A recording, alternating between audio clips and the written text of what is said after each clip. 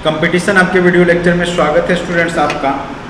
और आज का जो टॉपिक है वो GS 2 का बहुत ही महत्वपूर्ण टॉपिक है, राज्य के नीति निर्देशक तत्व। यह BPSC 67th में आने का पूरा संभावना है स्टूडेंट्स, इसलिए इस टॉपिक को आप अच्छे से समझ के पढ़ लें और हो सके तो एक दो बार लिख करके प्रैक्टिस भी कर लें। मेरे समझ से यह क्वेश्चन इस बार आने वाला है, बाकी एग्जाम के बाद पता चलेगा कि कौन से क्वेश्चंस पूछे गए, लेकिन उम्मीद मैं करता हूं कि इस बार राज्य के नीति निर्देशक तत्व पूछे जाएंगे। चलिए राज्य का नीति निर्देशक तत्व को समझते हैं कि ये DPSP directive principle of state policy, जो राज्य के नीति निर्देशक तत्व हैं वो क्या है। तो सबसे पहले उसके तहत हम भूमिका को पढ़ेंगे कि ये होता क्या है। और उससे पहले मैं बता दूं, अगर आपको PDF है एवं वीडियो लेक्चर चाहिए स्टूडेंट्स, तो आप जो डिस्क्रिप्शन बॉक्स में लिंक दिया गया है वहाँ से आप परचेज कर सकते हैं। मात्र 50-100 में आपको पूरा कोर्स करवाया जा रहा है स्टूडेंट्स, तो आप ज़रूर इसको ज्वाइन कर लें। बहुत सारे वीडियो लेक्चर्स और बहुत सारे PDFs आपके प्रोफाइल में खुद ब खुद आपको मिल जाएगा जब आप इस ऐप को डाउनलोड करते हैं। तो इसलिए इसको ज़रूर परचेज कर लें और ऐप को ज़रूर डाउनलोड कर लें। और आने वाले समय में जो भी एग्ज़ाम होंगे मेन से रिलेटेड टेस्ट सीरीज, उसका भी डिस्कशन मैं इस चैनल के माध्यम से करूंगा, तो चैनल को भी आप सब्सक्राइब जरूर कर लें, आपके लिए बहुत ही फ़ायदा कारक होने वाला है। खास करके वो लोग जो BPSC के प्रिपरेशन से जुड़े हुए हैं, उनका प्री हो रहा है या नहीं हो रहा है, फिर भी आप पढ़ाई कर सकते हैं, क्योंकि जब आपका प्री हो जाएगा तो आपको मेंस में परेशानी नहीं होगा। ठीक है, तो आप लगातार मेहनत कर रहे हैं तो आप मेंस की तैयारी साथ साथ कर सकते हैं।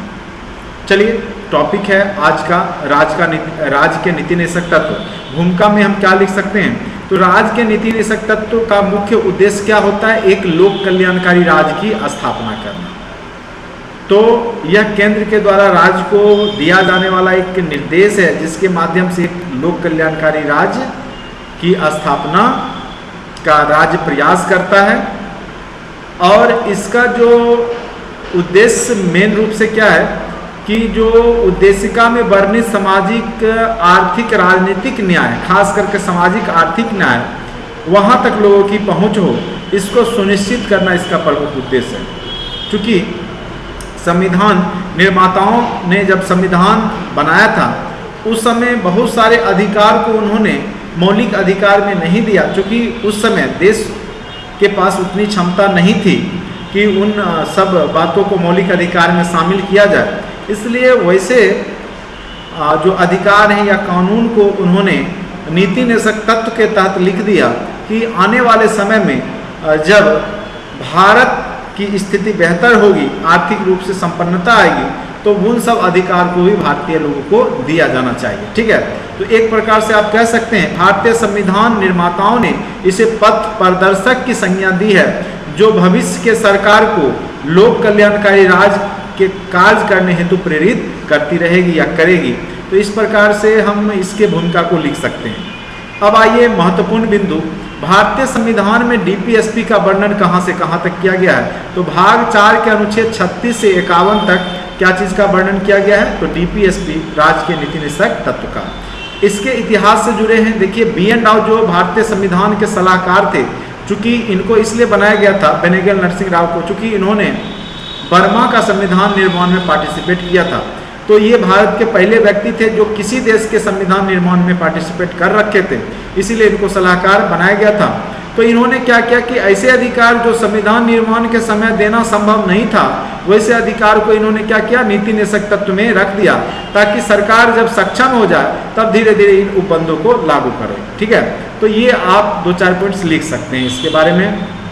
अब आ जाइए, भारतीय संविधान में राज्य के नीति निर्देशक तत्वों का वर्गीकरण तो नहीं किया गया, यानी संविधान में वर्गीकरण नहीं किया गया है, लेकिन हम इसको समझने के लिए इसको कई भागों में बांट करके वर्गीकृत करके पढ़ सकते हैं कि नीति निर्देशक तत्व का वर्गीकरण किन किन भागों में किया जा सकता है। तो सबसे पहले गांधीवादी तत्व आपको देखने को मिलेंगे, दूसरा है समाजवादी तत्व, तीसरा है उदारवादी तत्व। ठीक है, तो इस तरीका से जैसा कि हमने आंसर राइटिंग किया है, अगर आप इस तरीका का ट्री स्ट्रक्चर वगैरह यूज करते हैं, ड्रॉ करते हैं, तो आपको अच्छे मार्क्स मिल सकते हैं। गांधीवादी सिद्धांत पर आधारित जैसे तत्व, सबसे पहला तो ग्राम पंचायत। चूंकि गांधी जी का सपना था कि जो ग्राम पंचायत है, कि लोगों का जो किसी राज्य या किसी देश के अधीन शासन की बात वो नहीं सोचते थे, वो बोलते थे कि जो पंचायती राज व्यवस्था है, यानी प्रत्येक नागरिक यानी उस तरीका से विकेंद्रीकृत व्यवस्था हो जिसमें प्रत्येक व्यक्ति के पास प्रशासन संबंधी शक्ति हो। ठीक है, तो ग्राम पंचायत के संगठन की जो स्वप्न था कि पंचायत आधारित या गांव के आधारित शासन व्यवस्था का, वो महात्मा गांधी का था। तो इनके सपनों को साकार करने के लिए इसको अनुच्छेद 40 में रखा गया। ग्राम पंचायतों का गठन आप लिख सकते हैं, गांधीवादी विचारधारा से प्रेरित है। उसके बाद गांधी जी जो है औद्योगिक के विकास से ज़्यादा कुटीर उद्योग पे जोर देते थे, क्योंकि उनको पता था कि कुटीर उद्योग से ही भारतीय जनता का कल्याण सुनिश्चित होगा, रोजगार क्रिएट होगा और आर्थिक संपन्नता आएगी। इसीलिए उन्होंने कुटीर उद्योग को बढ़ावा देने की बात की थी। तो उसको भारतीय जो संविधान के नीति निर्देशक तत्व के अनुच्छेद 43 में रखा गया। आप जो भी लिखेंगे अनुच्छेद 36 से 51 के बीच के ही लिखने हैं इसमें, ये नहीं कि आप अनुच्छेद 15-16 भी कुछ से कुछ लिख दिए, नहीं। जो 36 से 51 के बीच में नीति निर्देशक तत्व है उसी के बारे में यहाँ पे चर्चा करेंगे, ये बात याद रखेंगे आप लोग। फिर है SC ST तथा अन्य दुर्बल वर्गों की शिक्षा और आर्थिक हित संबंधी हितों से अभिवृद्धि के लिए अनुच्छेद 46 में चर्चा किया गया है। जैसे आप देखते होंगे मादक द्रव्य और हानिकारक औषधि का निषेध है, जैसे शराबबंदी है बिहार में, तो 2016 में लागू किया गया था शराबबंदी। तो ये भी आप अनुच्छेद 47 के तहत लिख सकते हैं कि शराबबंदी या मादक द्रव्यों का या हानिकारक दवाइयों का सेवन, ड्रग्स का सेवन से बचाव के लिए। उसके बाद जो पशुपालन है, दुधारू पशुओं के वध पर प्रतिबंध अनुच्छेद 48, पर्यावरण से रिलेटेड, कृषि से रिलेटेड ये सब अनुच्छेद है। तो ये गांधी जी के विचार के अधीन ये सब तत्व आते हैं, तो इसको आप लिख सकते हैं गांधीवादी दर्शन में या गांधीवादी सिद्धांत पर आधारित तत्व में लिख सकते हैं। अब आज ये समाजवादी सिद्धांत में क्या लिख सकते हैं, यानी समाजवादी स्वरूप को बनाना, लोगों को सामाजिक आर्थिक न्याय प्रदान करना, यानी ऐसे सिद्धांत जो राज्य को सामाजिक और आर्थिक न्याय देने की बात कहे। जैसे आप लिख सकते हैं समान काम के लिए समान वेतन जैसे है, या समान न्याय निःशुल्क विधिवत सहायता, समान काम के लिए समान वेतन, ये सब जो है 39A, ये आपके क्या सामाजिक आर्थिक राजनीति की बात करता है। उसके बाद लोक कल्याण हेतु सामाजिक व्यवस्था का निर्माण अनुच्छेद 38 के तहत, सार्वजनिक धन या स्वामित्व पर नियंत्रण इस प्रकार करना ताकि सार्वजनिक हित का सर्वोत्तम साधन हो सके, अनुच्छेद 39 भी। तो ये सब आप लिख सकते हैं अपने जो आंसर राइटिंग में।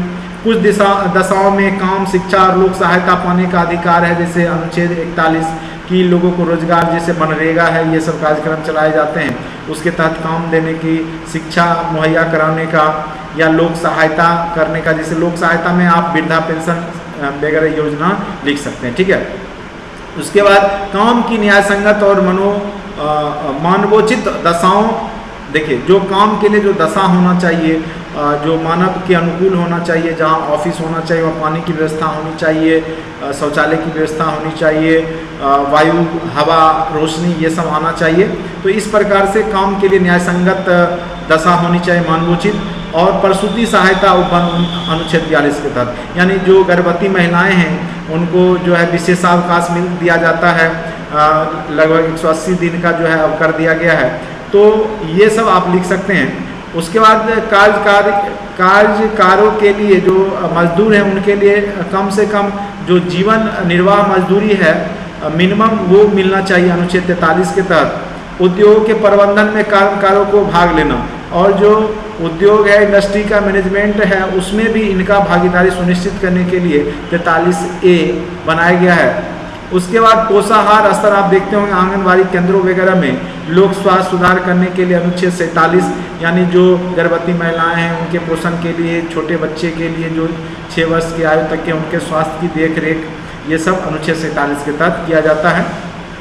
तो किसी राज्य के संदर्भ में भी आप ये सब, अगर बिहार के संदर्भ में भी बोलेगा तो आप लिख सकते हैं, जैसे बिहार सरकार के द्वारा बहुत सारी ममता कार्यक्रम वगैरह है, तो वो सब की चर्चा आप कर सकते हैं। तो ये क्वेश्चन क्या है में हो सकता है पूछे कि बिहार के परिप्रेक्ष्य में राज्य के नीति निर्देशक तत्व की चर्चा कीजिए कि आज़ादी के बाद आज तक जो है बिहार सरकार ने राज्य के नीति निर्देशक तत्व के किन किन प्रावधानों को लागू किया है। तो इस तरीका के क्वेश्चन पूछे जा सकते हैं। उसके बाद उदारवादी बौद्धिक सिद्धांत में हम नागरिकों के लिए समान नागरिक संहिता, यानी सभी जो हिंदू हैं, मुस्लिम हैं, सिख हैं या किसी धर्म के मानने वाले सब के लिए सेम कानून, जैसे इसी के तहत आपको 3 तलाक कानून हटाया गया मुस्लिम लॉ से, ठीक है। तो अनुच्छेद 44 यानी सब के लिए समान कानून की बात करता है। उसके बाद 6 वर्ष से कम आयु के बच्चों की शिक्षा की बात करता है अनुच्छेद 45। कृषि और पशुपालन का संगठन एवं वैज्ञानिक पद्धति अपनाकर उनका विकास किया जाना चाहिए अनुच्छेद 48 के तहत। फिर आपका 48 क जो है या ए पर्यावरण संरक्षण के तहत आप देखेंगे बिहार जैसे राज्यों में जल जीवन हरियाली जैसे कार्यक्रम चलाए जा रहे हैं। तो ये सब जो है राज्य के नीति निदेशक तत्व के तहत होता है। उसके बाद राष्ट्रीय महत्व के स्मारक अगर किसी राज्य में है या स्थान या वस्तुओं का संरक्षण करना है उस राज्य की जिम्मेदारी है अनुच्छेद 49 के तहत। कार्यपालिका और न्यायपालिका दोनों अलग अलग शक्ति हैं, दोनों आपस में दोनों को अलग अलग शक्ति दिया गया है, दोनों में आपस में हस्तक्षेप नहीं करने का बात किया गया है अनुच्छेद 50 के तहत। फिर अंतर्राष्ट्रीय शांति व्यवस्था बनाए रखने के लिए अनुच्छेद 51 की बात की गई है। तो इस प्रकार से आप देख सकते हैं इसको 3 तत्वों में बांट करके गांधीवादी दृष्टिकोण, समाजवादी दृष्टिकोण और बौद्धिकवादी उदारवादी दृष्टिकोण के तहत डीपीएसपी के पाठ को आप बांट करके देख सकते हैं। अब देखिए इसके बारे में देखिए महत्वपूर्ण जो बहुत सारे विचारकों ने कहा है, क्या कहा है डीपीएसपी को लेकर के। कई विचारकों के कथनानुसार जैसे डीपीएसपी के महत्व का पता चलता है, जैसे BR अम्बेडकर जो है भीमराव अम्बेडकर ने क्या कहा है, डीपीएसपी आर्थिक लोकतंत्र की स्थापना का साधन है। बहुत ही महत्वपूर्ण बात इन्होंने बोला कि डीपीएसपी क्या है, आर्थिक लोकतंत्र की स्थापना का प्रमुख साधन है। KM पनिकर हैं, उन्होंने कहा यह आर्थिक क्षेत्र में समाजवाद को लाने में सहायक होगा। ग्रेटविल ऑस्टिन हैं, इन्होंने बोला कि ये जो है संविधान का मूल आत्मा है। जैसे भीमराव अम्बेडकर ने उद्देशिका को संविधान की आत्मा बताया था या प्रस्तावना को, लेकिन ग्रेटविल ऑस्टिन डीपीएसपी को इस संविधान की आत्मा बताया है और सामाजिक क्रांति का साधन भी इन्होंने बताया है। तो ये आप ग्रेटविल ऑस्टिन का जो विचारधारा है ये सब लिखते हैं तो आपके आंसर में बहुत बड़ा आयाम दिखेगा, तो आपके अच्छे मार्क्स आएंगे, ठीक है। उसके बाद इसकी महत्व क्या है कि संविधान का दर्शन, जो संविधान का मेन उद्देश्य है, उद्देशिका में जो हम लोग सामाजिक आर्थिक राजनीतिक न्याय की बात करते हैं वो डीपीएसपी के माध्यम से लोगों तक पहुंचता है। आर्थिक सामाजिक लोकतंत्र की स्थापना में ये सहायता देता है और लोक कल्याणकारी कार्यों का आधार है ये, और न्यायपालिका के लिए पथक प्रदर्शक है। कई सारे जो मुद्दे होते हैं न्यायपालिका को अगर समझ में नहीं आता है तो वो डीपीएसपी के आधार पे ही उसका निर्णय देता है। तो ये कई बार न्यायपालिका को पथ प्रदर्शक के भूमिका में भी काम देता है कि मेन उद्देश्य क्या है, ठीक है। जो संविधान है उसका मेन उद्देश्य क्या है, उसके आधार पर जो है न्यायपालिका भी यहाँ पे निर्णय देती है। तो कुल मिलाकर के इसका बहुत ही ज़्यादा महत्व है।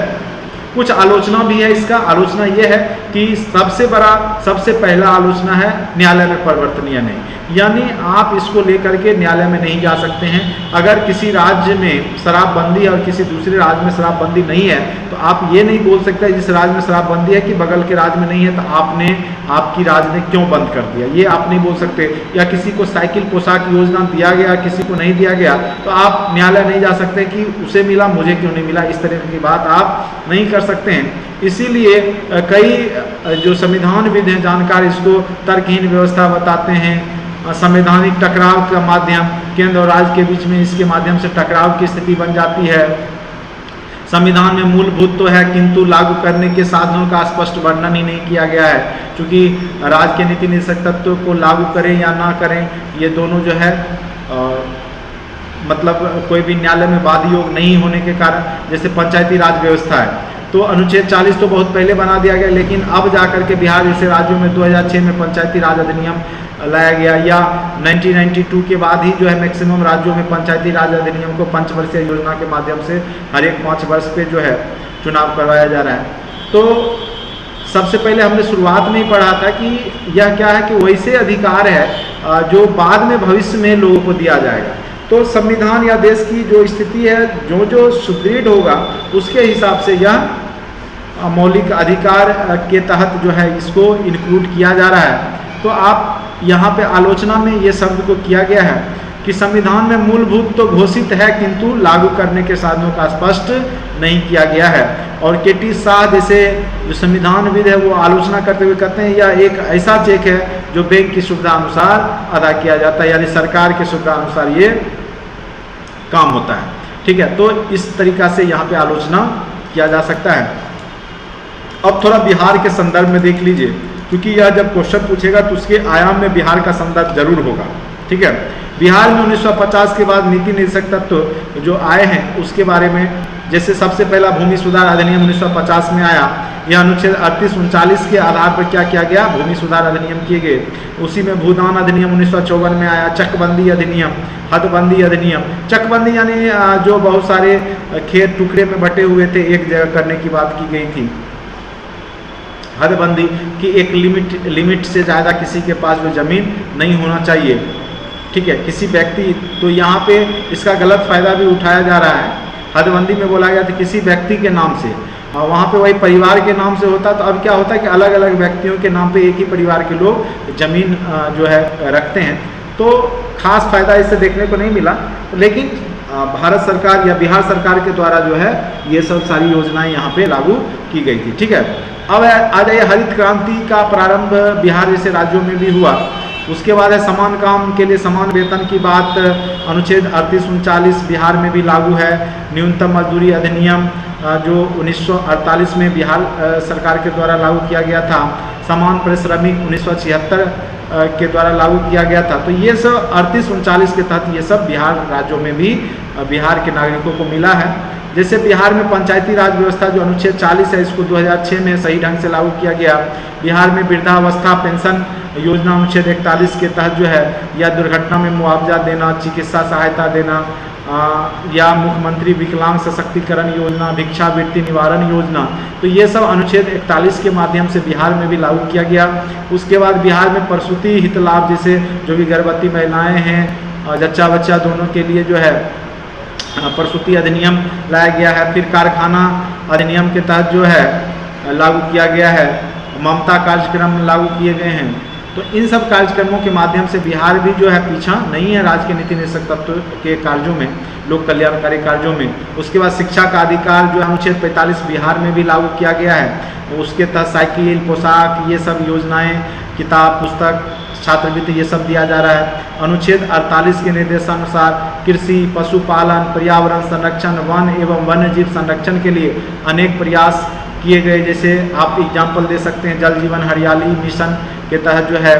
उसके बाद कृषि रोड मैप 3, कृषि रोड मैप 2, 17 से 22 है कृषि रोड मैप 3, उसके तहत कृषि विकास, तो ये सब आप एग्जाम्पल दे सकते हैं। फिर अनुच्छेद 47 के तहत ये जरूर शराबबंदी की चर्चा करेंगे। लोक स्वास्थ्य में सुधार हेतु 2016 से बिहार में क्या है, शराबबंदी लागू है।